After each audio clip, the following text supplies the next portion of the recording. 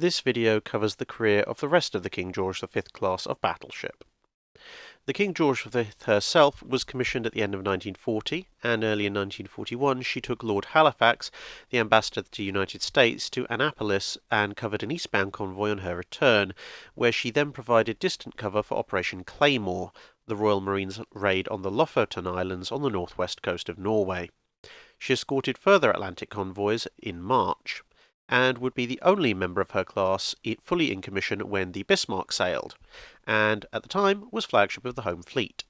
Along with the aircraft carrier Victorious and 11 cruisers and destroyers, King George V was still 300 to 400 miles away when Prince of Wales and Hood engaged Bismarck and Prince Eugen.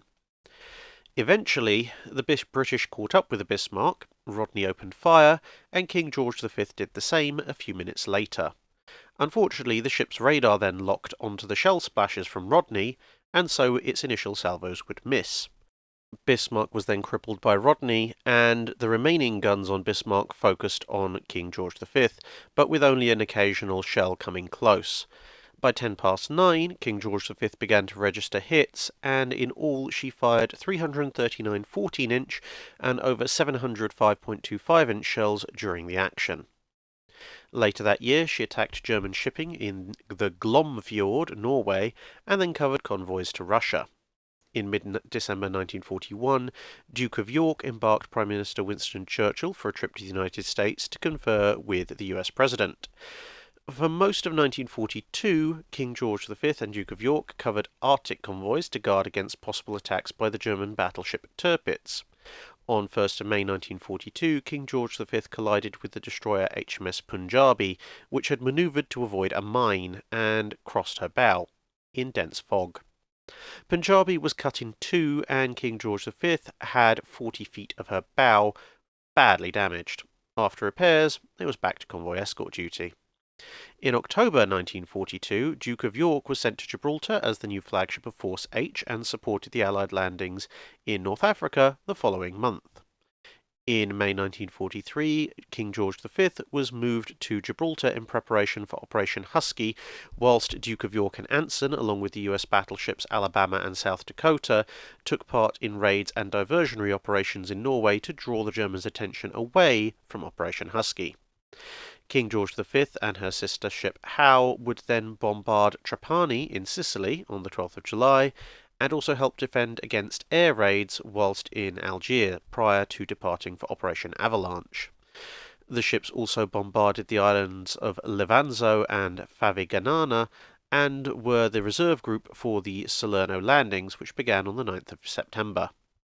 King George V escorted part of the Italian fleet, including the battleships Andrea Doria and Caio Duilio, to the Malta after the armistice, and with Howe would provide cover for 1st Airborne Division, who were transported to Taranto in support of Operation Slapstick, and then escorted a naval force which occupied Taranto.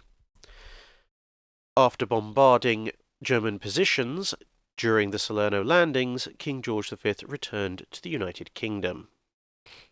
At the end of 1943, the German battleship Scharnhorst sailed to attack Allied convoys, but was driven off by British heavy and light cruisers, then caught by Duke of York and her task force. Although under heavy fire, Scharnhorst returned fire, straddled Duke of York a number of times, and scored a couple of hits. At 5 minutes to 5 in the afternoon, a 14-inch shell from Duke of York would silence Scharnhorst's forward main battery turrets, Anton and Bruno, but as she maintained speed, the range began to open and Duke of York would cease fire after firing 52 broadsides. But one shell from the final salvo pierced Scharnhorst's armour belt and destroyed her first boiler room, slowing the ship and allowing the pursuing British destroyers to overtake her, scoring multiple torpedo hits. This would further slow Scharnhorst, and at 7 in the evening, Duke of York and Jamaica again opened fire. At least 10 14-inch shells had already hit the German battleship, causing fires and explosions and silencing most of the secondary battery. In the final stages of the battle, the destroyers Matchless, Musketeer, Opportune, and Virago would fire a total of 19 torpedoes at Scharnhorst, causing her to list badly to port, and at 7:45, Scharnhorst capsized and quickly sank, taking with her 1,932 men. In March of 1944, Duke of York and the bulk of the Home Fleet left Scapa Flow to provide a support force for convoy JW-58. The ship would then operate as cover for carriers conducting the Goodwood series of airstrikes against Tirpitz in mid to late August.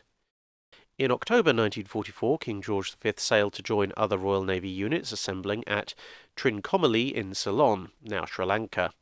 The flotilla, known as Task Force 63, comprised King George V, the aircraft carriers Illustrious, Indomitable, Indefatigable and Victorious, 4 cruisers, and 10 destroyers. Joined by Howe and redesignated Task Force 57, the British Pacific Fleet was involved in operations from March 1945 onwards, taking part in numerous bombardment operations against various Japanese positions and industries.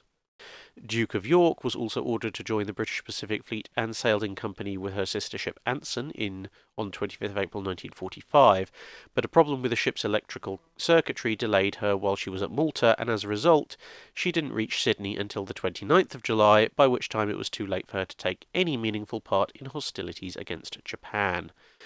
With the dropping of the atomic bombs on Hiroshima and Nagasaki and the surrender that followed, King George V was moved with other units of the British Pacific Fleet into Tokyo Bay to be present at the surrender ceremonies.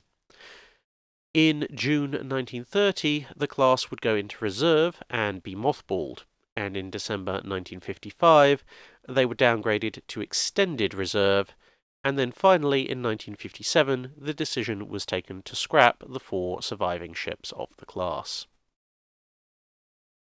That's it for this video. Thanks for watching. If you have a comment or suggestion for a ship to review, let us know in the comments below. Don't forget to comment on the pinned post for dry dock questions.